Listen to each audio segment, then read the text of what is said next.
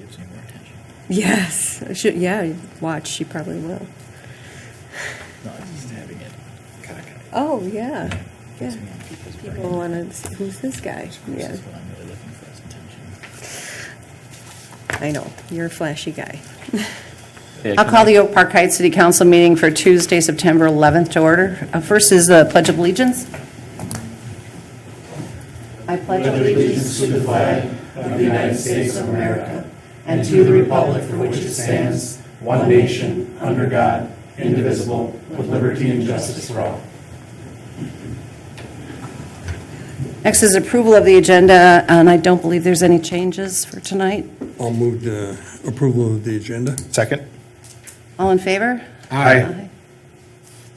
Next is council staff reports. I'm going to have a long one, unfortunately. I attended the ribbon cutting ceremony and the 50th anniversary celebration at the King plant last week, and it was well attended, and congratulations to Excel for being here for 50 years, well, NSP too. And yesterday attended with Eric and Betty a meeting at the county to meet with representatives from Excel regarding taxation on the power plant. And then yesterday, I missed most of it, but caught the tail end of the Integrated Resource Plan meeting with Excel and the Public Utilities Commission. This morning was a Transportation Network Committee meeting with League of Minnesota Cities. I'll be gone to the League of Minnesota Cities Board of Directors, Strategic Planning and Retreat. And then we have a leadership breakfast coming up on Monday. Tuesday is improving local economies with the League. Tuesday I have the world's best workforce with the school district. And then just to let everybody know, and then I have the Big Four with the counties, schools, cities, and townships on Friday. And then on the 20th, I was sent a notice about we're going to have 800 service members leaving from this area for the 34th Red Bulls again. And there's several from Oak Park Heights and also in the area. But there's going to be a serving our troops at River Center on September 20th and looking for volunteers to help serve, help direct everyone with the send-off of those soldiers. And we'll have it on our website for anyone that's interested in signing up. They have RSVPs from 5,400 people, and not enough at this point, for serving. And also I got a notice from Carissa Keister at the school district about the high school homecoming carnival again this year, and also Jennifer has that up on the website for different events that'll be happening. And then also, if you'd like to paint the town red 2018, they're looking for businesses who would like to have their windows painted, if they'd like to put on window clings. And then on Friday the 28th, everyone in town is encouraged to wear their Pony Pride outfits. And the League of Minnesota Cities still has it open for the Mayor for a Day contest, and we have that also up on our website for any children in 4th, 5th, or 6th grade who are interested in attending or participating in that. And let's see, did I miss anything? A heads up that October 6th at the fire department, they'll be serving cake for Fire Prevention Week, and also to celebrate Bayport Fire Department's 130 years of service. And then I have Cleanup Day. Will be on Saturday, September 29th, for those who want to get a head start because it's nice out. And that'll be from 7:30 to 1 at Anderson. I think that's it. Hey, Mayor, I didn't hear you on that veterans volunteer. That was Thursday the 20th. Did you say that what time of the day They that have their was, readiness or- going all day, Okay. so they have different slots all day long. Okay. Right, so it's not just for serving the dinner, it's just dessert, cleanup, directing people through the River Center, Okay. helping with families. They're looking even for babysitting for some of the events, the sessions that they have to go to. So there's a lot of different slots to fill in on that. Perfect. Thank you. Next is Councilmember Doherty. Yeah, not nearly as much. I also attended the King Plant ribbon cutting last Thursday, and then we do have a planning commission meeting coming up this next Thursday, 6 o'clock. Thank you. That's all I got. Councilmember Liljegren. The only thing I was going to report is our next Parks Commission meeting was scheduled for Monday, September 17th, but I think in talks currently that may get canceled, so. Councilmember Runk. I've got the Convention Visitor Bureau tomorrow, and Thursday night we have Middle St. Croix Watershed. And tomorrow night is also Browns Creek, and I will probably go and observe because they're going to have a couple of items there that could be of interest to us. But I would say we observe, we're not involved. Councilmember Swenson. We have our next cable meeting this coming Monday. I did advise the administrator, and this will be the last meeting of 2018, so I advise the administrator that I will not be on the board next year, so who's ever going to go from the council to take over in the cable commission, if they would like to go to next week's meeting and just to kind of do a meet and greet, might not be a bad idea, since that'll be the last meeting of the year. I thought there was going to be one more, but this will be the last meeting of the year for that one. Well, who's ready to volunteer for that one? I think Mike Grunk would have an awesome time at it. He would be splendid at that job. Well, would you like to do that, Mike? I'll even pick you up. I'd prefer to stay in the watershed than go. Well, this one's Okay. only, 4 times a year. Fine. Okay. When is that now? Next? That was terrible. I thought Liljegren had volunteered to do it when we were short, when we didn't have the citizen. That way you can kind of pass the torch, so if somebody else takes it, you can, You'll at least have the insight. So when is this? next Monday. I'll make sure that Eric gets you the information from the Cable Commission. Okay. Thank you. Are there any other staff Mike. reports? I showed up and I still got volunteered. Voluntold. No other staff reports? Jennifer, the recycling reward. Recycling is actually going to be Thursday this week, so I don't have anybody yet for September, but I will have it for you for the next meeting. Thank you. I'll have 2 of them for you. Okay. Next is the visitors' public comments section. This is a time for anyone in the audience who would like to address the council on anything not on the agenda. Okay, we'll move on to the consent agenda then. And first is approved bills and investments, check 63358 through check 63399. Approved city council work session notes from August 28th, 2018. Approved city council minutes, August 28th, 2018. And approve refund to sewer utility customers for the MCES overcharge for 2018. I'll make a motion to approve the consent agenda as presented. Second. Eric? Councilmember Doherty? Yes. Councilmember Liljegren? Yes. Councilmember Runk? Yes. Councilmember Swenson? Yes. Mayor McComber? Yes. Next, we have a public hearing tonight for consider the issuance of an on-sale intoxicating liquor license, including Sunday sales for Muddy Cow, Oak Park Heights LLC, doing business as Muddy Cow. Jennifer? City has received an application for Muddy Cow, Oak Park Heights LLC, doing business as Muddy Cow, for a business to be located at 5991 Norwich Avenue North in Oak Park Heights.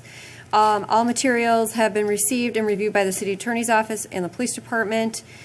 As required by ordinance, a public hearing must be held before approval or denial of the license, and notice was published in the Stillwater Gazette on August 31st and posted at City Hall for the public hearing for tonight. Thank you. Is there anyone that would like to address the Muddy Cow? I'll open the public hearing first of all. Is there anyone here that would like to address the Make a motion to license? close the public hearing. Second. All in favor? Aye. Make a motion to approve the liquor license as presented by city staff. Second. All in favor? Aye. Aye. Opposed? Okay. Do they have a planned opening date? They had said at the end of September, but they didn't give me a specific date. Okay. Next, we'll move on to new business, which is approve resolution authorizing the call of the general obligation improvement bonds of 2019. Betty? So tonight I'll be presenting the budget, and while we're doing the process of the budget, we usually review the debt. We are in the position this year to prepay the 2009 general obligation debt for 2018 and 2019.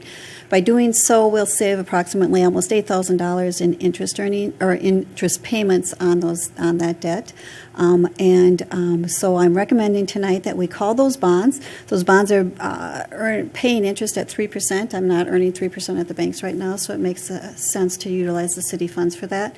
The outstanding debt is about $290,000, and we have all of it except $136,000, which we will utilize our fund balance and prepay that debt. So I'm asking the council, with this, we are going to restructure our debt for the future. We'll be saving about $21,000 a year for the next 6 years by prepaying this debt on our debt levy. So with that, I'm asking that the council approve this resolution that we call the bonds for 2009. I'll move that we adopt the resolution calling for the 2009 GO improvement bonds and direct the finance director to utilize the general fund balance to make the early payment. Second. Any further discussion? Eric? Councilmember Doherty. Yes. Councilmember Liljegren. Yes. Councilmember Runk. Yes. Councilmember Swenson. Yes. Mayor McComber. Yes. And we have adopt resolution approving the 2019 proposed budget and proposed tax levies. Betty? So we started the budget process back in June with staff and council. The original initial budget had 3% increase to our tax levy. We have since worked on that to bring it down to a 0% increase. I think that maybe Eric can put on, I'll give a quick summary of our budget that we're proposing. This budget that we'll be adopting tonight is for the use with the county to put on the TNT notices. It is a budget that if we adopt, we cannot increase the taxes from this point forward. We can reduce them. We can still make budget adjustments, but tonight would be the amount that we could not exceed in taxes if we adopt this budget. So I think the key factors in this budget is personnel costs. They show an increase of $159,000 over 2018. Those are contractual costs. With the unions, it's also an increase in our health insurance. We had about an 18% increase in premiums. We had an increase in our benefits from 16.2% to 16.95% for para for the police department. That amounted to about $30,000 in itself. So with that increase of $159,000 is in personnel costs. Contractual, we cut by approximately $16,000. That was just looking at them very closely and seeing what we were not spending in the past and making those cuts. Supplies, we also did the same. We cut that by almost $10,000. Our insurance costs, those are general insurance. That's our building, that's our workman's comp, that's those type of insurances. That has gone up quite a bit. That's almost $11,000 increase for 2019. And then the other expenses, minor expenses, went down about $3,400. The big one is the debt. We're reducing our debt by $24,000. That has to do with the prepayment of the 2009 debt. And then our capital improvements, we really looked at them and looked at what we should do, reanalyzed them, and decided we would reduce them by $100,000. That's the money we set aside for police cars and street improvements, but still in good position there. And so our total increase for the 2019 budget is $16,284, or 0.28%, so almost a break even. This will lead to a proposed tax levy of $5,280,246. That's a $48,000 decrease over last year's tax, or 2018's tax levy. That's almost a 1% decrease. So I think on this slide you can see the top line is 2019's tax levy. The debt portion of it's getting smaller, and also that amount is almost the same tax levy that we had in 2016 and 2017. So we're bringing it back a little bit and bringing our taxes down. So. And then, what does that mean for the taxpayers in Oak Park Heights? This is on residential property. So the county revalued the properties, the residential properties in Oak Park Heights, and the average is between 7% and 8% increase on those properties. With that increase, usually being the tax levy would be the same, you would have an increase to these properties. in taxes. But the city brought their levy down, and we brought our tax rate down. And so the property that's valued at $211,000 in 18 supposedly is valued at $225,000 for 2019. The taxes in 2018 are $1,048. Taxes projected in 2019 is $1,043. So basically a wash and no increase in taxes for the residential properties. You can see all the way down for the $100,000 property, it's a $6 increase. $150,000 property, a $2 increase. Up to a $400,000 property is a $23 decrease. These, of course, are estimates, and they're going to change, but this is what people should see on their T&T notices that will come to their house for 2019's budget for Oak Park Heights. So with that, I'm asking council if they would adopt the preliminary budget of $5,824,722 with a levy of $5,280,246. I'll make a motion to adopt the resolution approving the 2019 budget and proposed levies. Second. Is there any further discussion? Eric? Councilmember Doherty? Yes. Councilmember Liljegren? Yes. Councilmember Runk? Yes. Councilmember Swenson? Yes. Mayor McComber? Yes. The next is to schedule the public hearing meeting for truth and taxation. Betty? So with certifying our tax levy to the county, we also have to set the date that we will have our truth and taxation hearing. It has to be after November 25th and before December 28th. And so I'm asking council, and as we pre-scheduled it in the early part of the year, that would be December 11th at 6 o'clock. And so I'm asking that the council set that as our truth and taxation date. I'll make the motion to set the T&T hearing for December the 11th at 6 o'clock. Second. Any further discussion? All in favor? Aye. Thank you. Good job with all that, Betty. Thank you. Yep. Next is Lookout Trail Memorandum of Understanding. Eric? Thank you, Mayor and Council. One of your items from your 2018 goals was the potential of working out an arrangement with MnDOT to encourage them to reconstruct that roadway. And in exchange, you would take that roadway over with the condition on that a trail is installed at the full length from the top of the hill to the bottom of the hill in some fashion.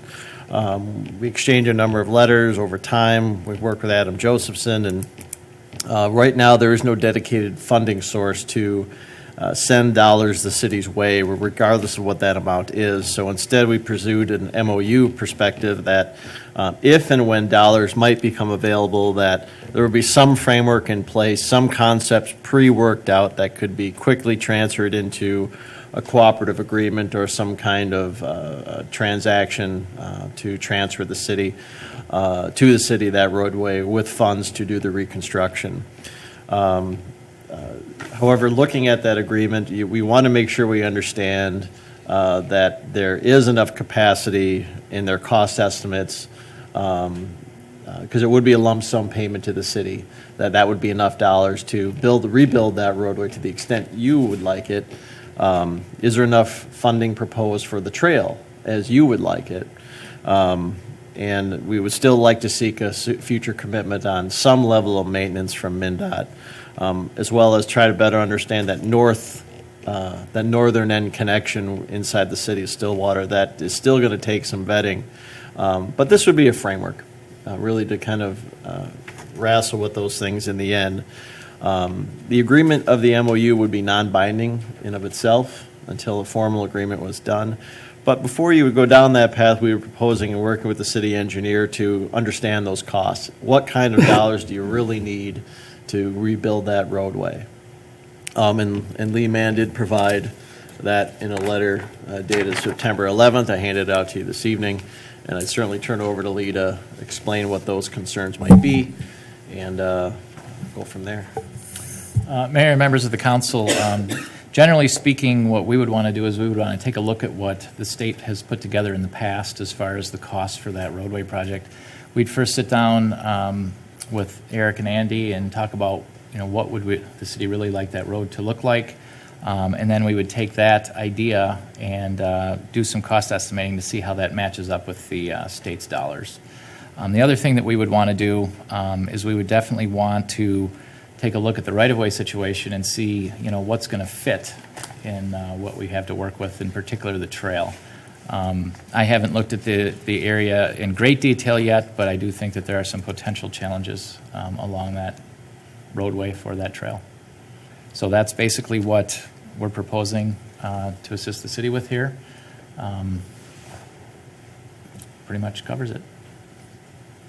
With working with the League of Minnesota City-owned policy committees, one of the policies is the establishment of Main Street Fund to assist cities with non-transportation related components of truck highway projects such as the utility upgrades, which are going to have to take place out there, and the amenities, which would be the sidewalk. So we could possibly keep watching these Main Street funds to see how that, to offset some of that. We could certainly take a look and see if how those funds are allocated are eligible for this type of project. Okay. Talking with Mr. Josephson, the previous arrangement the city was asked to consider for that takeover Lookout Trail required the city to go acquire additional right-of-way. And that was a position the city wasn't willing to take at the time. So we still want to understand what is really going to be needed. Talking with Andy Kegley, that was the original road, Stagecoach Trail, I don't know the number, but it was thought to be a significant concrete construction underneath that may take some significant excavation to put a city road in of the extent we hope to acquire, not to mention the curb and gutter or any requirements for stormwater. So those were not part of the original discussion. And so before we go down this path too far, we want to understand, is this something that a lump sum payment in the order of magnitude is practical or something? So how much do you ask MnDOT for, right? We just don't know. So The old highway, isn't it, David? That's the last. Yes, David Bodett, 6400 Lookout Trail. It's the original 1932 highway.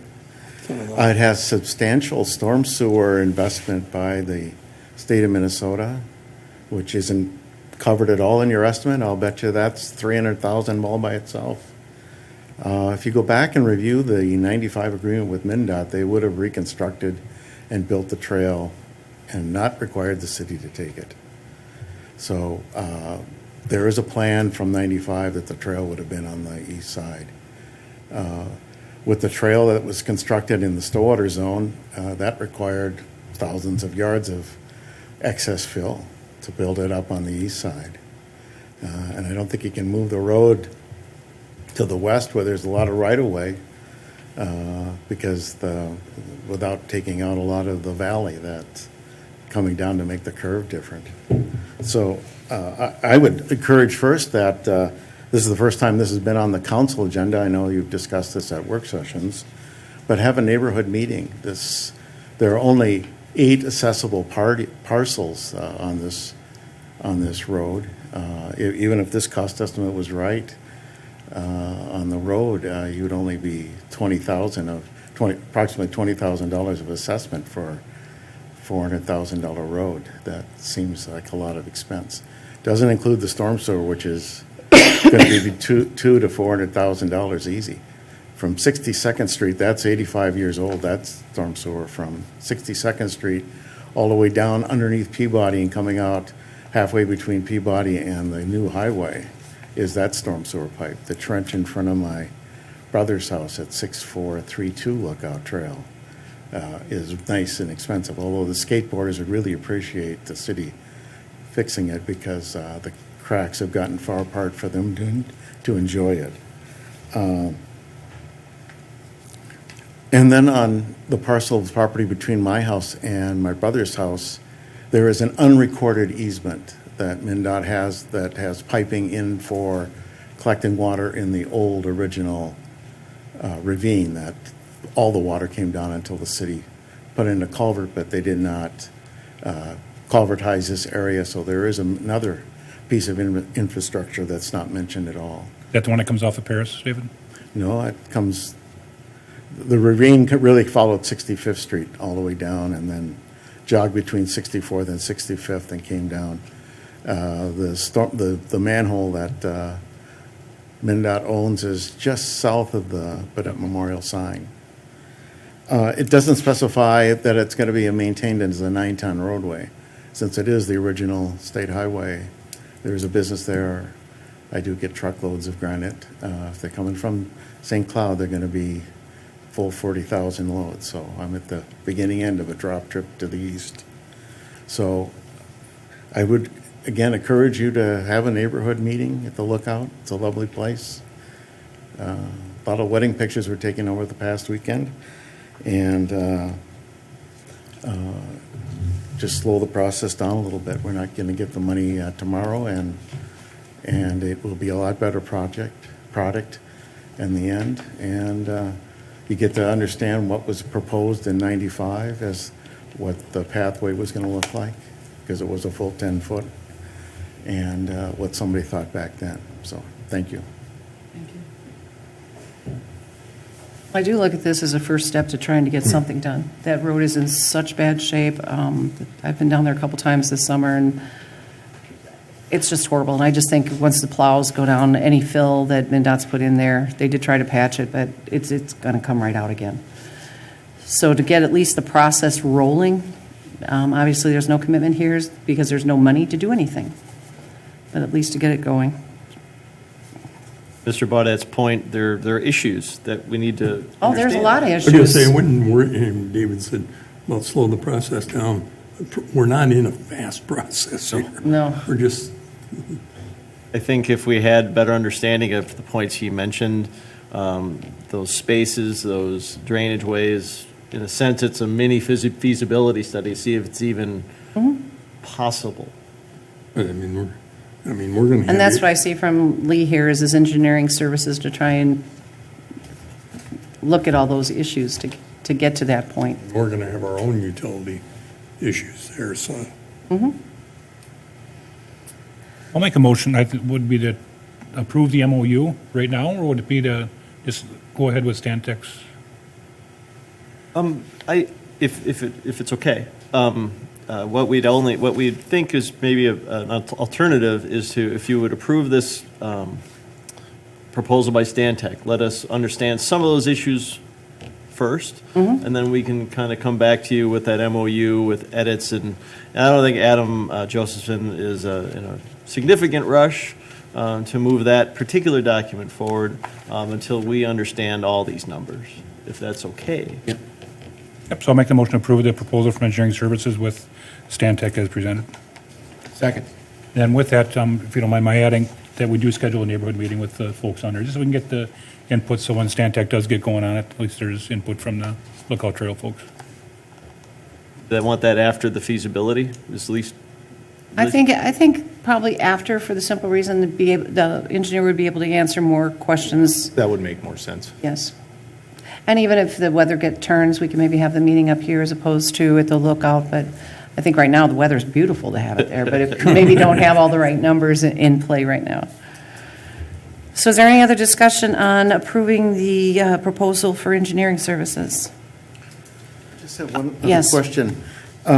It's mentioned in the memo that there's sanitary storm work, or sanitary sewer work. And the sanitary sewer is outside of the current roadway. So when it was originally constructed, it's all on the west side. It only serves 6 houses up the hill.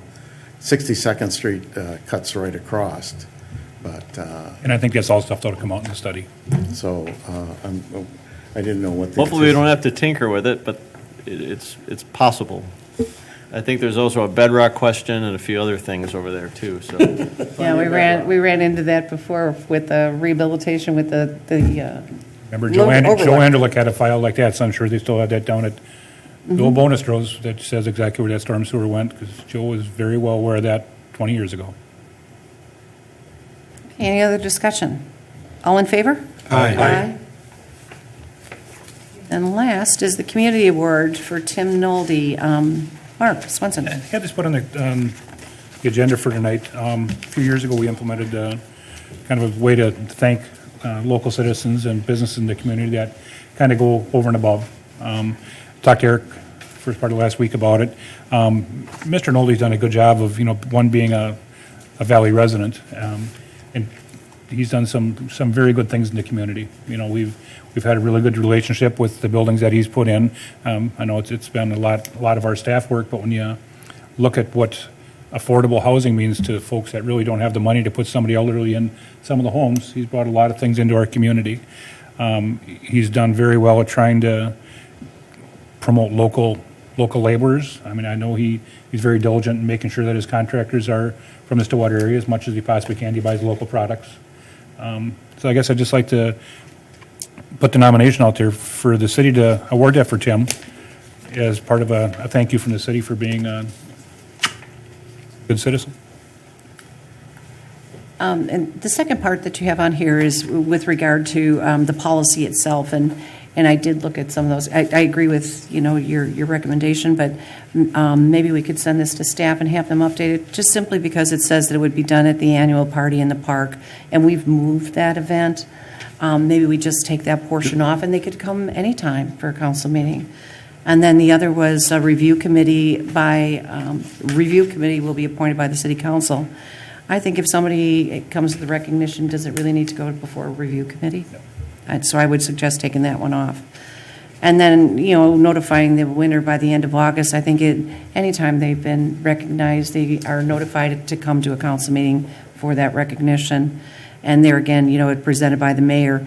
In a case like this, if Mr. Nolde were here, you have recommended him, I would suggest that you give him the award. So those are just some suggestions that I would have with changing that. It's all very legitimate. That's some of the stuff that Eric and I had talked about. But I would like to have this put on next week's agenda, and we can have something that we can present to Mr. Nolde on. And do we need a formal motion to make the changes in? I'd say make the changes first and then approve that so that it's clear. Are you finding what the changes were from?